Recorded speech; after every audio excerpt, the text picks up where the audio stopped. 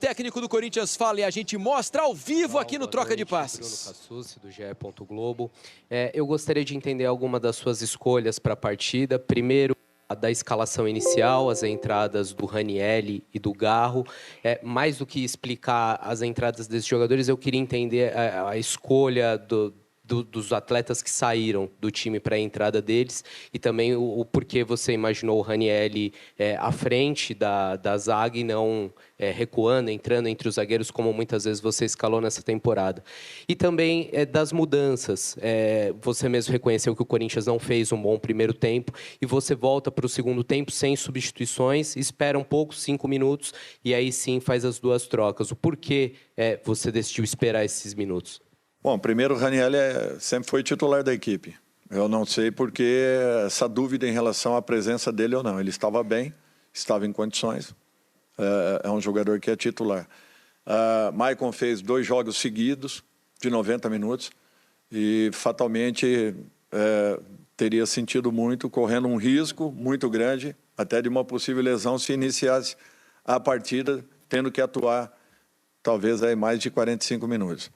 Por que não se faz alterações, às vezes, no intervalo? Porque você tenta acertar a tua equipe, mexendo as peças, mexendo os movimentos que nós estamos fazendo.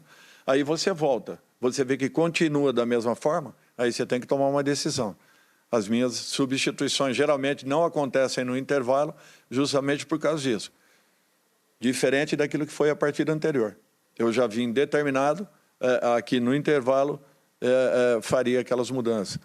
Justamente pelo comportamento, mas geralmente eu procuro acertar a equipe, reposicionando os jogadores, não acontecendo, aí sim eu tomo uma posição. Dorival, boa noite, aqui à sua direita, Luiz Fabiani da Rádio Bandeirantes. Até que ponto não vencer o jogo da ida na Neoquímica Arena muda o seu plano de jogo para a final que você já tinha pensado logo que se classificou diante do Cruzeiro na semifinal no domingo? E também você imagina que haverá uma nova necessidade de trocas no time para domingo pela parte física? O Corinthians está muito desgastado para domingo, precisa trocar? Obrigado. Olha, nós imaginávamos que poderia acontecer no jogo de hoje. O emocional foi no limite no domingo. Vasco e Fluminense também tiveram um jogo dessa forma. Porém, o nosso desgaste foi um pouquinho diferente, em razão daquilo que aconteceu dentro da partida. Nós imaginávamos que pudesse acontecer, fizemos e tivemos todo o cuidado possível com todos os jogadores. Tudo que nós poderíamos fazer para buscarmos uma recuperação, todas as avaliações, todas as conversas com todos os atletas, foi justamente para que evitássemos uma situação como essa, em que te falta energia para poder desenvolver o seu melhor. Então, você tem que pensar aquilo que você vai fazer, ou arrisca alterações em sequência, 3, 4, 5 alterações, para que você dê um fôlego novo à equipe, ou você mantém aquilo que vem sendo feito. Por ser uma decisão, todos nós preferimos tomar essa posição em razão daquilo que nós ouvimos da maioria dos atletas. Então, assim, tentamos fazer de tudo para que completássemos a recuperação. Deu para ver que, durante a partida, nós tivemos dificuldades e muitos deles, com certeza, ainda não estavam na sua total condição. Aqui, Dorival, Rafael Esgriles, Energia 97. Quando você pega o recorte da temporada, o Yuri tem 18 gols e 3 assistências. É o principal artilheiro da Neoquímica Arena. Mas quando você pega o recorte atual, de críticas da torcida, de uma baixa técnica, é claro, ele tem ido no sacrifício por ordem física também, com problemas, com lesão. Mas hoje o que justifica a manutenção do Yuri como titular? Você poderia ter tirado o Yuri ao invés do Memphis, e o Memphis saiu e o Yuri continuou. Hoje o que justifica o Yuri como titular? Então vamos lá. Memphis ficou 2 dias no departamento médico. Sabia dessa informação? Então está explicada a alteração. Segundo aspecto, nós trocamos o Ranieri, o que diminuiu a nossa altura com bolas aéreas. E foi bem no momento que o Vasco tinha acabado de colocar o Verratti, aumentando a sua estatura. Eu não podia diminuir a nossa estatura até porque as bolas paradas já havia acontecido um lance anterior onde haviam feito um cabeceio no pé da nossa trave. Então, nós tínhamos que ter muitos cuidados. Se eu diminuísse ainda um pouco mais a altura do nosso time, fatalmente, acontecendo uma nova jogada, nós teríamos um problema maior. A situação do Memphis, ele foi substituído e faltava o quê? 10 minutos para acabar o jogo. Muito pensando também num desgaste ainda maior dele, em razão do que ele havia passado, do que propriamente em outra qualquer condição. Então, tem hora que você tem que pensar um pouquinho na frente, porque se acontece a partir dali uma lesão, nós não o teríamos para o domingo. Ele vai ter 90 minutos para nos ajudar, com certeza, na partida de domingo. Alteração? Ele ser um artilheiro e nós temos confiança nele. O treinador não pode desistir tão fácil dos jogadores. Às vezes vocês descartam com muita facilidade um atleta. O nosso papel não é esse. É um pouco diferente. Dorival, aqui à sua direita, um pouco mais embaixo, Lucas Belotti da Rádio Band News FM.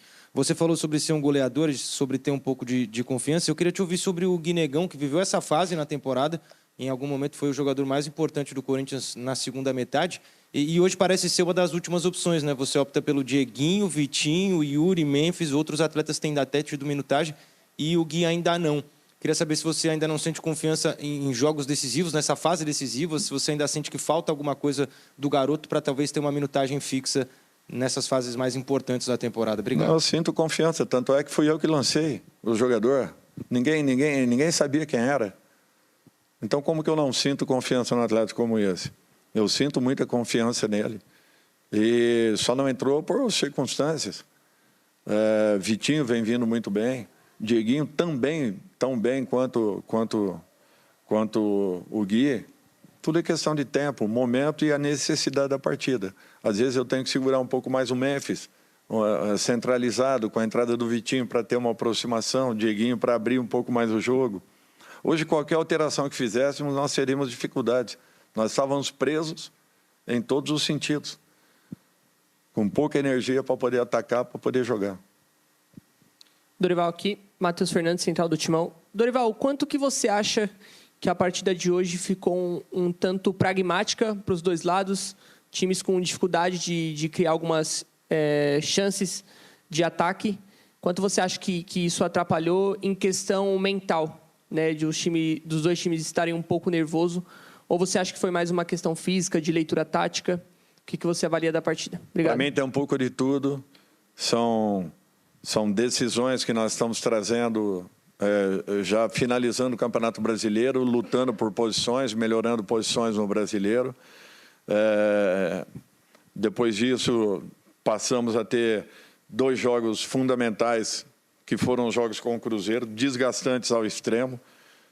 Jogados há 2 dias e meio atrás, pouca recuperação ou quase nenhuma recuperação.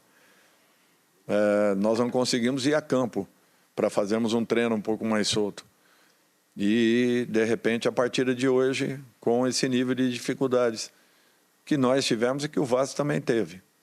Eu acho que as duas equipes tiveram muitas dificuldades ao longo da partida. Foi um jogo muito truncado, muito travado, muito preso, com poucas alternativas, e plasticamente muito feio de se ver. Dorival, aqui, ó. Deu para perceber que o Corinthians teve muita dificuldade para sair jogando no primeiro tempo. Você, inclusive, mostrou uma irritação ali na beira do gramado.